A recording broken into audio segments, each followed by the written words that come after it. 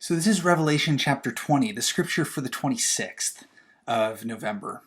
And I want to wish you and your family a happy Thanksgiving to start off. And my hope and prayer for you is that regardless of how you've been affected by this COVID pandemic, that you have things for which you can be grateful, for which you can thank God.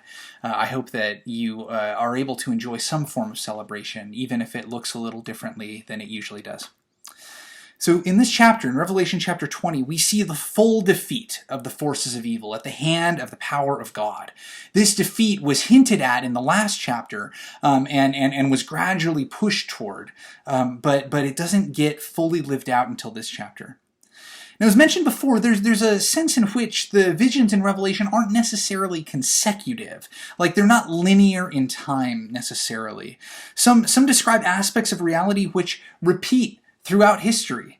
Others describe something that happened during Jesus' ministry, and so on and so forth. You may remember the little chart that has different ways of interpreting Revelation. I've tried to include that below here in the description, so you can see the different ways of interpreting pieces of Revelation.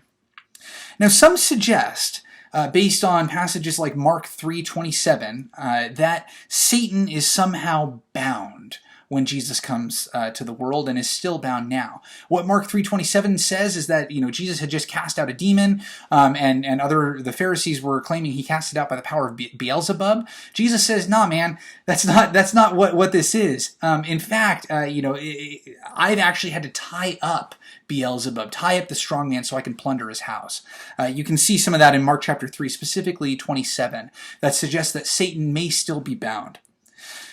And if that's the case, then we are living in the 1,000-year period, and the 1,000-year period is figurative. In one sense, this may be correct. The nations, the Gentiles, have received the light of Christ, which is something that seems only to happen after Satan has been bound. They've no longer been under the sway of the evil one. Yet, on the other hand, the millennium, the 1,000 years, is not, at this point, the paradise that John imagines on earth. Right? If we're in the 1,000 years, it's a little different than a form of paradise here, and perhaps we are in a far better situation than the world was in a couple thousand years ago. Perhaps it only took us a year to come up with a vaccine for COVID. We may well be in a much better situation, but the forces of evil are alive and well in our world, and I don't think anybody would dispute that. And I think it's a helpful reminder for us that, in the words of Alexander Solzhenitsyn, the line dividing good and evil cuts through the heart of every human being. That whether Satan is bound or not, there is a portion of our heart that is deeply invested in the work of rebellion against God. Satan being bound, in other words, does not mean that evil is defeated.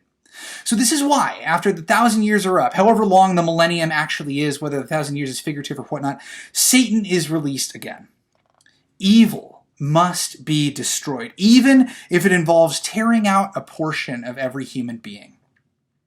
And since God can't tolerate evil in God's presence, this issue of evil's existence must be dealt with before God can create a new heaven and a new earth free from sin, death, and corruption. The destruction of evil is central to the final judgment before the throne of God. And the first effect of this judgment is to remove the old earth and the old heaven. Because the old earth and old heaven are infected by sin. And they flee from the presence of God's judgment before God can bring all of humans before the judgment throne. Now, regardless of your connections, regardless of your power, regardless of your wealth, you will be before the throne of God here, and you'll be judged. And this judgment isn't just one scale, it's two scales here. You'll be judged on a pass-fail scale regarding whether your name is found in the book of life. And then you'll be judged according to your works, perhaps some sort of sliding scale. I love some of the ideas of C.S. Lewis in this regard.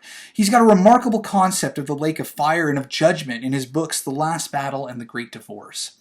Both suggest that heaven and hell are very similar places, yet for those who submit to Christ's lordship, that place they experience is paradise. Whereas for those who fight Christ's lordship, that place is torture. So I'd be curious to hear your thoughts. But I wonder, when the book of your life is opened, what will you be proudest of others seeing? That's all for Revelation chapter 20. Tomorrow, Friday, we'll look at Revelation chapter 21. May God bless you in your reading of Scripture.